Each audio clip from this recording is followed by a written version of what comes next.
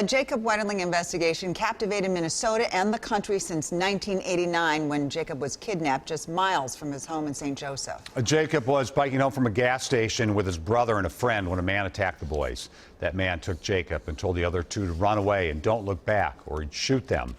It would be 27 years before Jacob's family would find out what happened to him that night. In 2016, Danny Heinrich confessed to kidnapping and killing Jacob. He showed investigators where they could find him. It was a case many believe authorities should have solved much sooner. And that became very clear today as the Stearns County Sheriff released the entire Wetterling case file this morning. We have team coverage for you this evening. Liz Collin was in Stearns County today, but we want to begin with Esme Murphy. Esme? Well, Frank, when Danny Heinrich was first arrested on child pornography charges in the fall of 2015, we learned he had been a prime suspect in Jacob's case. What we learned today are new details about why he was a suspect.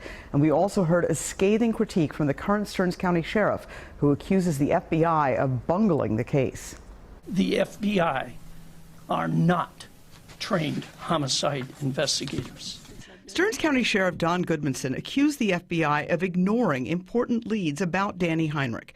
At the time of Jacob's abduction, Heinrich was already a suspect in at least 8 unsolved stranger molestation cases of boys in Paynesville and the abduction and molestation of another boy, Jared Shirel, in nearby Cold Spring, just 9 months before Jacob was taken. Early on, Heinrich failed a lie detector test. And Heinrich registered deceptive on all questions pertaining to the kidnapping of the Cold Spring boy and Jacob Wetterling. When investigators put Heinrich under surveillance, he repeatedly tried to evade them. His actions certainly should have set off alarm bells. The Cold Spring survivor later identified Heinrich's car as a 9 on a scale of 10 as the car his abductor used. But the boy was not able to pick out Heinrich, who was on the left, out of this lineup.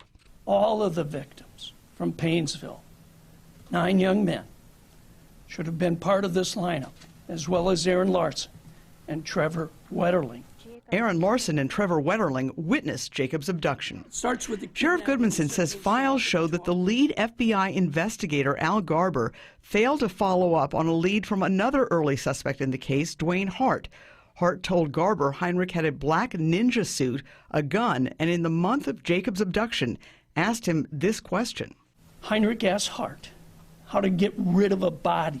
In February of 1990, the FBI arrested Heinrich in the Cold Spring case, but after he refused to answer any questions, the FBI let him go. We regard the interrogation as perhaps the most fatal flaw in the Wetterling investigation. Now, after Danny Heinrich was released in February of 1990, after that interrogation, the investigation for the next 25 years would focus on other possible suspects. Then in 2015, a DNA test linked Heinrich to the 1990 Cold Spring abduction, and he was arrested. Esme, hindsight's 2020. Nothing's going to bring him back, and it's terrible that it went on this long. But was there any defining moment? Because when you look at all the pieces added up, I mean, everything points to Danny Heinrich. Was there one thing that got them, like he said, not off the wrong path, but on the complete wrong freeway?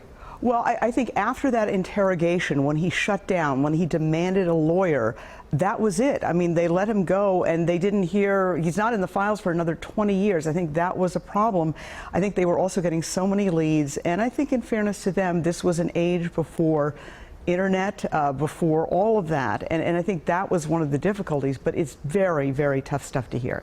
It certainly is. Yeah. Okay, thank you.